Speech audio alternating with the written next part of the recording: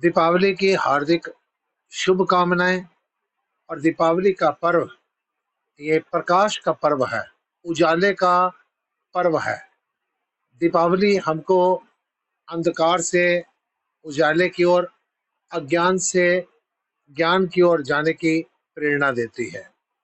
बातें करूं आध्यात्मिक तो इतना ही कहूंगा कि आप 1 मिनट के लिए विचार कीजिए, दीपावली क्यों मनाई जाती है। मैं रुक जाता हूँ। राम जी वनवास से वापस आए थे। आप जितने लोगों ने भी अपने घरों में पूजा की, क्या उसमें राम जी की पूजा की, राम की आरती की? बल्कि अनेक घरों में तो राम जी की तस्वीर भी नहीं लगी होगी। बेसिकली कहाँ पर रह गए? धन पर रह गए, लक्ष्मी पर रह गए। लक्ष्मी के साथ कौन होते हैं? लक्ष्मी के साथ हमेशा गणेश जी होते हैं। अब गणेश जी को भूल जाते हैं, शाम को लक्ष्मी पूजा करनी है, लक्ष्मी की आरती करनी है, सिर्फ लक्ष्मी तक रह गए। लक्ष्मी यानी समृद्धि, लक्ष्मी यानी वैभव, लक्ष्मी यानी ऐश्वर्य, और गणेश यानी सद्बुद्धि।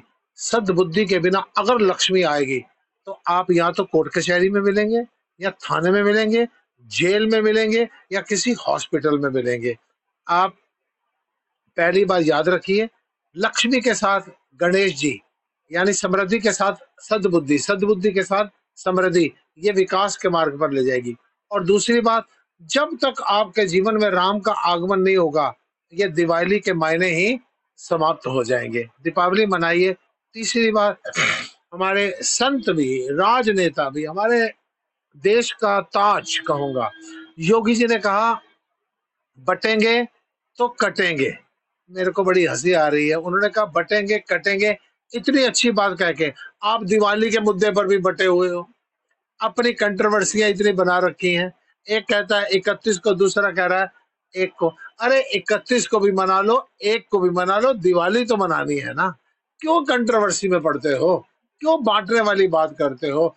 जिसकी जब इच्छा हो ना। और इस बार 2 दिवालियां इसलिए आई हैं, एक दीपावली मनाई जाएगी, सब अपने अपने घरों में मनाइए। दूसरी मनाइए कि 500 साल के बाद भगवान श्री रामचंद्र जी का ये मंदिर बना है, ये दूसरी उनको समर्पित होनी चाहिए। आपको फिर कहूंगा, अगर आप बटेंगे तो कटेंगे, बहुत सुंदर सा एक सूत्र दे दिया है। जात प्रथा में मत जाइए, सिर्फ हम हिंदू हैं।